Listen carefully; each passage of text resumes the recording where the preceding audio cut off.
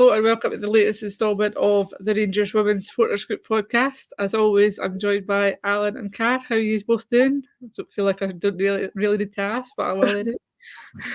Knackered. All right. Yeah, pretty tired. It's been a long day. Yeah, it definitely has. We'll talk about some nice stuff first, Car. We had the Rangers training event earlier in the week, which was the first time I think it's the first time both of you have been there actually. What did you make of that?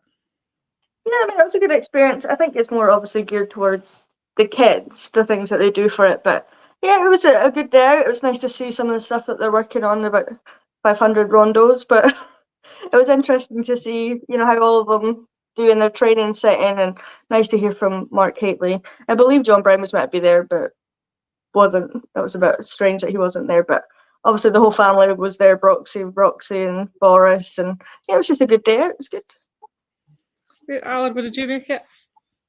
Yeah, it was the first time I've been at a training centre. Obviously, I didn't start going to women's games until we moved to Broadwood. So it was a nice experience to visit a training centre for the first time, and Scar says it's probably more designed for kids, but, the big kids enjoyed it too.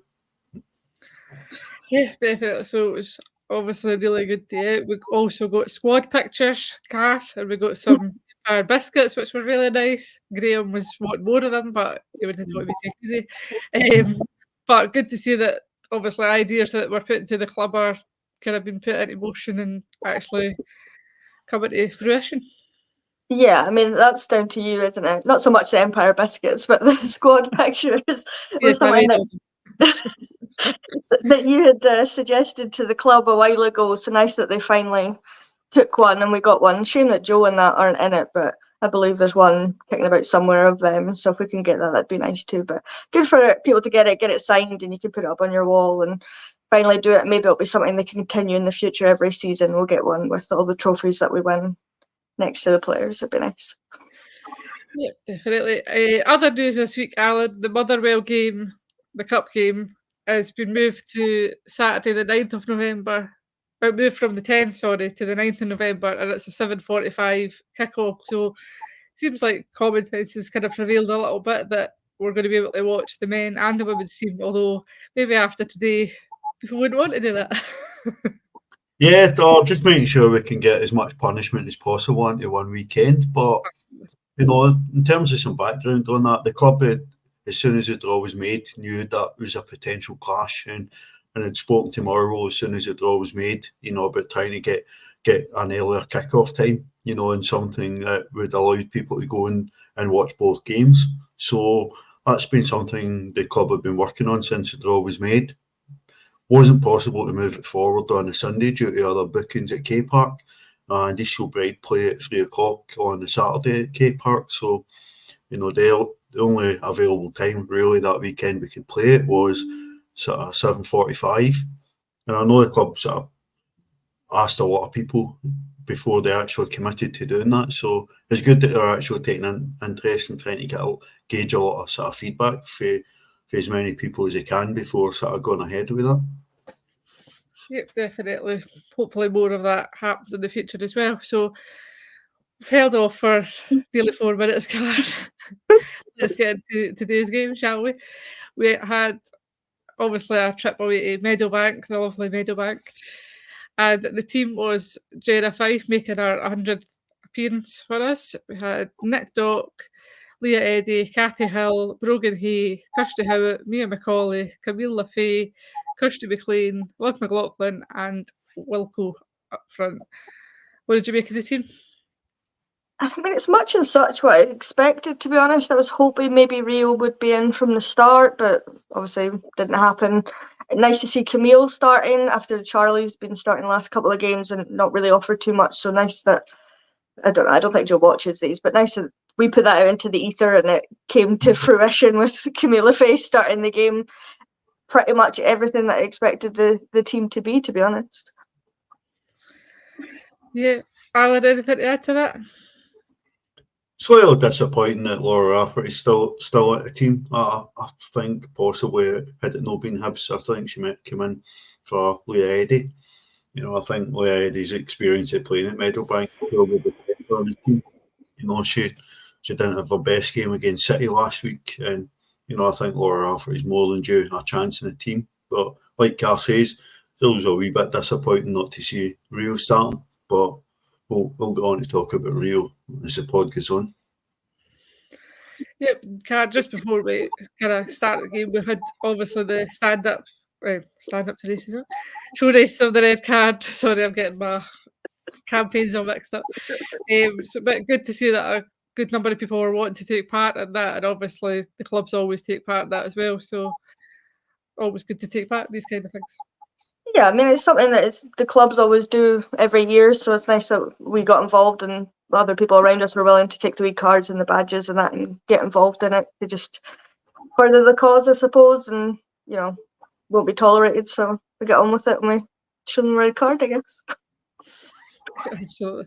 So the game kicked off, Alan, and I think the windy conditions and that were never going to really help, but we did obviously have some chances in that first half. We had a couple that came off the woodwork. Cathy had a shot, Wilco had a shot, but it ended up being Hibs that took the lead. I think how it got to there in the first place from a foul that should have been to us was bizarre in the first place, but it was a penalty at the that was rightly given, I suppose.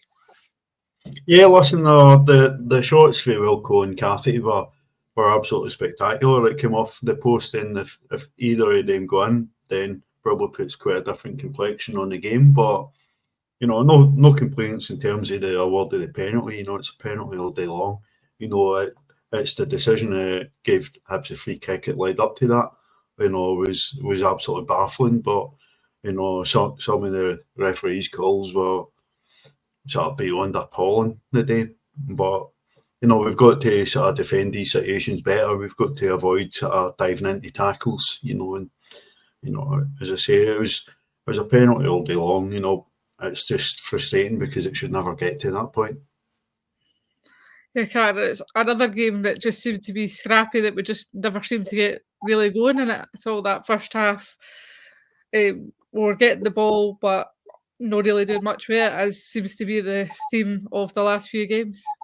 Yeah, it's just what we've kind of reverted to at this point, and I don't really understand what's got us to this point, because we're playing quite fast flowing football, quick touches, good passing, and now we've just don't seem to be able to do that. I don't really understand what's going on with that, but it was a bit, obviously the weather didn't help, but that's not really an excuse. So we couldn't really long balls and that, but we were just taking too many touches, and then they were just cutting out because we were taking too long to get the ball. Was coming to them, they'd wait, and then the Hibs player would just cut it out, so we weren't getting anywhere. But as Alan said, the ref made a few shocking calls that on both sides. It wasn't just for us, it was for them too. There was calls all over the place that should have been called that weren't called, but we need to do better, and the team knows that. All the players know that. You can tell that they all know they need to be playing better, whether the tactics need to change to get them to play better. I don't know whether they've been told to play like that. I certainly hope not, because that's a horrendous way to play football if that's the way they've been asked to play football. So I don't know why we suddenly changed to that system. Who knows, and we'll probably never know, but hopefully it gets sorted, because you're not going to win titles, you're not going to win trophies playing like that. Yeah, so went in, obviously 1-0 down at half time, Alan, and just not what you want. Then we came out the second half, we thought, right, Joe's going to make some changes, we're going to kind of kick into gear, but it was more of the same the second half. Yeah, I don't know what was going on today. Just didn't seem allowed to make half-time substitutions, you know, because it was the same across the board today for Rangers. But you know, we were always going to be up against it the second half. You know, the conditions we'd been told about this sort of storm, you know, and it never really seemed to come to much until the game had started. You know, and the wind wasn't clearly in their favour in the first half, but we went in 1 down. So coming out in the second half, one down, Hibs had something to hold on to, and they had the wind behind him. Was always going to make a huge struggle. But I actually thought we came out and played better football in the second half, because we actually played a wee bit better to conditions and kept the ball on the deck. Yep, slightly better card, but when Hibs get awarded another penalty, probably on the softer side of penalties, but still a penalty anyway. It seemed like a kind of tired foot out, and they obviously get awarded it. But up steps Jenna Fife to save the day.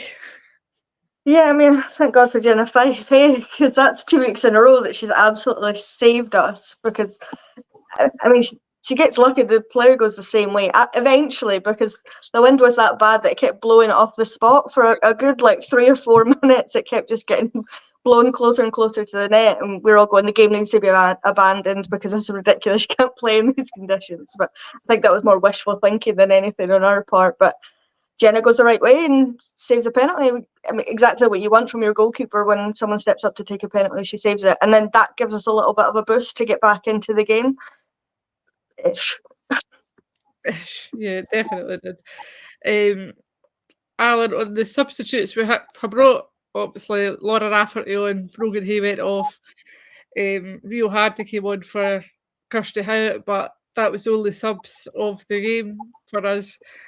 Surprising, considering how Joe usually uses more of her squad. Definitely surprising to me. Those conditions are absolutely horrible to play in, and they're tiring to play in. And particularly when we talk every week about how tired Liv McLaughlin's looking. And she's not getting a break with this international break. She's away with England under 23s. Kirsten McLean's just back for a long-term injury. Both of them played 90 minutes. When we've got players on the bench, it could have come on. And I thought the game really needed the sort of energy that, Megan and Jodie particularly could come on and bring. Rio coming on was a no-brainer. Rio does look like getting involved when it's quite scrappy, and that's exactly what she did. But I don't understand why we seem to be so reluctant to make subs. We've got a big squad. We keep talking about we've got the best squad in the league, and we're not utilising the squad. Yeah, can even the likes of Ailey Austin probably could have came on, given us a good bit of energy. Tess could have came on and gave Liv or Kirsty. You would expect, we thought Kirsty was going to get 45 minutes and then go off, and then she ends up getting a full game, which, considering she's been out injured for so long, you would expect that she would get kind of protected more, but nope, seems played the full game. Liv obviously I think Liv actually looks tired. Wilco even looks a bit like she could have probably went off and we could have freshened up a bit there, but obviously Jono kind of using the full depth of the squad that we've got. Yeah, I mean, the Raf for Brogan one was a bit of a weird one, because surely you bring the likes of Ailey Austin on there and you put Raf in the back line, take Leah Eddy off, give her a bit of a break, take Kathy off, give her a break, take Nick off, give her a break, and then you can use more of the squad. We needed energy, we needed freshness. So we leave the young, hungry players on the bench to sit in the freezing cold. It makes no sense to me, and I don't get it. Unless they're all secretly half injured and they can't play, but I doubt that very much, that they're all sat there with knocks. I mean, Lizzie Arnott's ones that sat in the stands next to us. Not sure if she's injured or if she's just been kind of kicked out of the squad because Kirsten McLean's back and we need to make room. But if you're not going to play the subs that you do name on the bench, then surely you're better having Lizzie on the bench if she is fit enough to play, because then you can bring her on as a winger and it gives us another option. But no, so I don't get it. I don't think anyone does it. I think everyone has the same questions and are starting to question Joe a little bit with that, because why wouldn't you use the full squad? We're going into an international break. A lot of these players are going away with under 23s or with full-time, A squads, but a lot of them aren't. So they're going to get a rest. So use up the likes of Tess, Jane. You can get them on and give others a rest. I don't know. It's baffling. I don't think we'll ever fully know, and we'll probably talk about it till we're blue in the face, but it's bizarre. I don't get it. Yeah, it definitely is. But Alan, we did have a shining light in Rio Hardy, something like the 92nd minute, that kind of, she obviously gets the equaliser, and we all kind of went absolutely mental because we were thinking, the game's lost, we're obviously not going to come back for this, but we were all kind of saying, at least if we can get one goal, it's better than nothing. But yeah, Rio Hardy steps up and shows why she should probably be in the squad, getting more minutes. Listen, mate. Sorry about that. Right. That was nearly as alarming as our play. So, You're welcome. really showed why I would just have her playing even if she's not playing well, because she's liable to pop up with a goal when we really need it. And it sums up how poorly today went, that we were celebrating so much to get an equaliser against Hibs. I think that sums up how disappointing a day it's been. And damage limitation, we escaped, we're still unbeaten, we got a point, points always better than nothing, but it's a thoroughly disappointing game, and thankfully Rio's at least saved something from it. Yeah, what was the stat you had at the game, Alan, for the top 6 teams we've played? In the sort of last run of games between the internationals, since we came back for playing the Champions League, that's us now played the rest of the top 5, and we've only won one of the games, which is the first one against Hearts at the Orion. If we're not going to start beating the teams in the top 5, Hibs and Hearts have massively improved for last season. They have to be included in the group with us and Celtic and City. If we're going to win one out of every 4 games, we're not going to win the league. That must improve in the next run of games. Yeah, Carl, that's quite a staggering stat, but one that really needs to improve.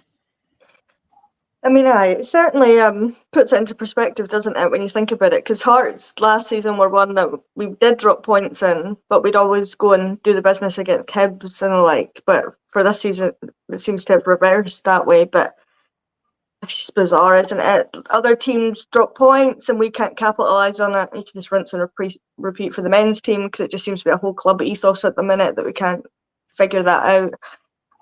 I don't get what's going on, but we didn't deserve a point today. We absolutely did not deserve a point today. To go and score in the 92nd minute of 3 minutes added on, which should be more, by the way, but we won't get to that. 92nd minute of 93 minutes being played. It's just sheer luck at that point. Yeah, we created, it was scrappy. It was a scrappy goal, but we did not deserve that because we didn't do anything else for most of the game other than a couple that hit the bar and the woodwork. So, yeah, we're getting by the skin of our teeth, but that luck's going to run out eventually. And if we didn't have an international break coming up, I think it would run out and we would end up dropping 3 points and we'd really be, up a creek without a paddle. So it needs sorted. The international break, a lot of players are going away, but the ones that are staying behind, Jo needs to really work on the tactics, being able to change things again during games, because she's not been doing that recently, which was her whole thing. You fix things during the game to make us go and play better, and it's not been happening. So there's a lot to be worked on in the international break, and hopefully some players get a rest. Yeah, as Car's kind of touched on there, it does seem like something's just not right within the squad, whether it's the management team or whether it's stuff going on within the team.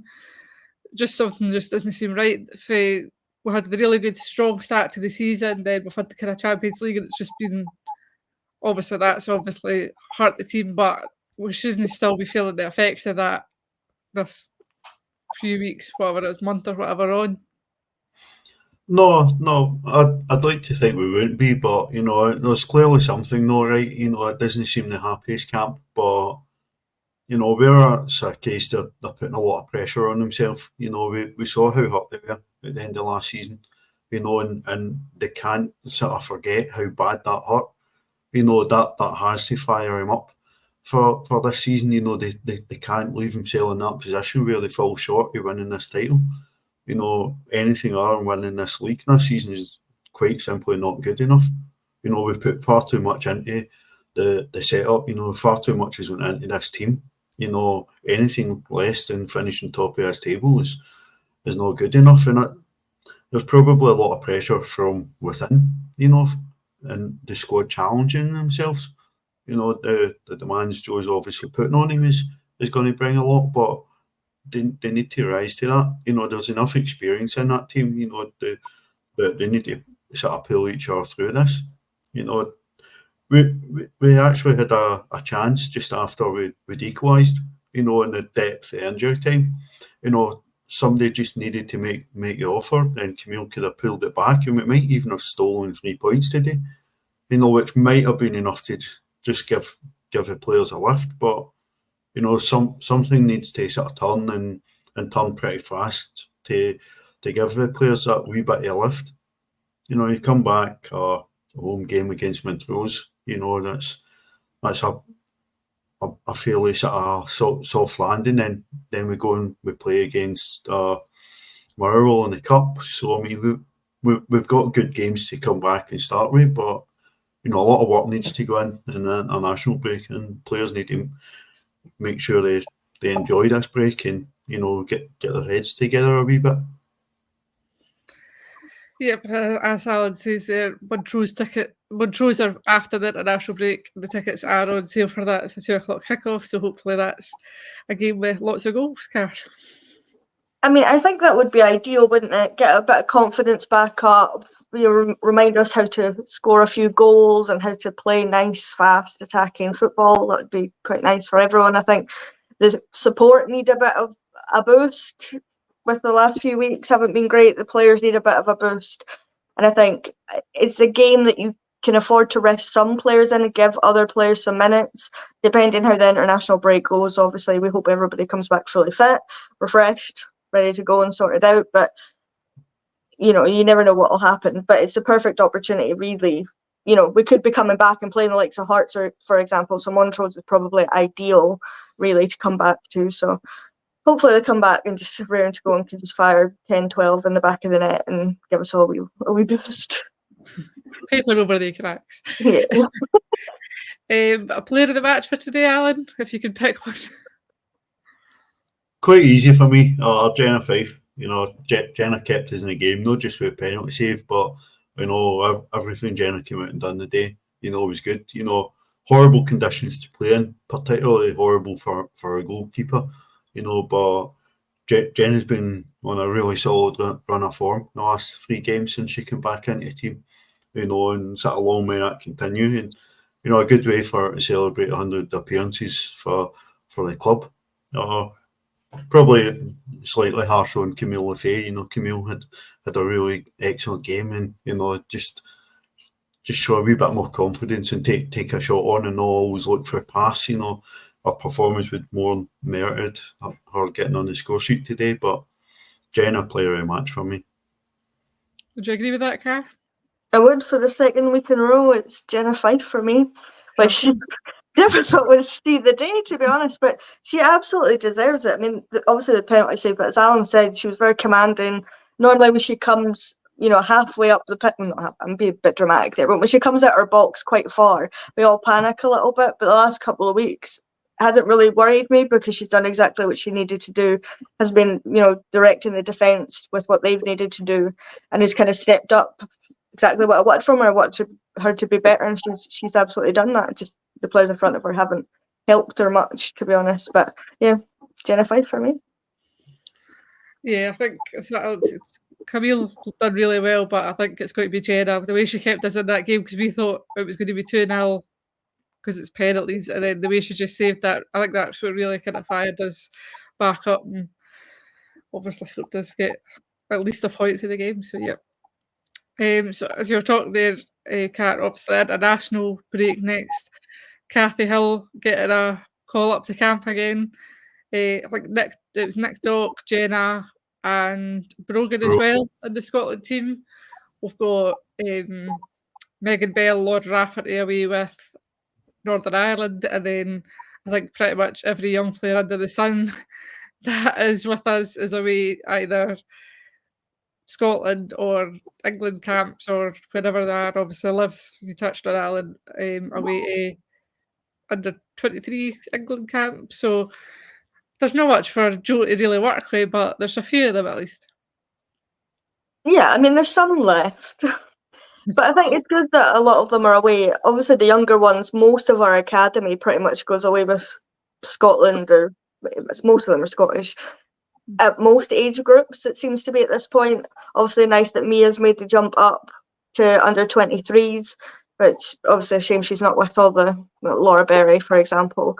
that she's normally been with at the Scotland squad. But it's nice that a lot of your players are good enough to be going away with their international teams, but at this point I'd probably rather that all of them were just sat at home with their feet up for a couple of weeks relaxing and getting some more training in with Joe, but that's not the case. So I hope they all go away, do well, especially for the likes of Liv, who really could use a break, but she's probably absolutely buzzing to be called up for England because that gets her foot in the door to go and impress. But yeah, it's good for all of them, and hopefully they all go and win their games, and especially for Scotland, we need to go and win these games and get into the Euros.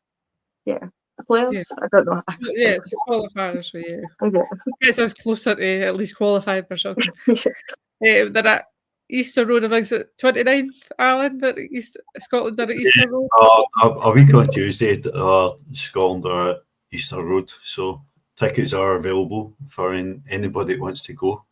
It's no obviously people's favourite place to get into that end of Edinburgh, but it's Tuesday night. It's in one of the bigger grounds in Scotland, so get along.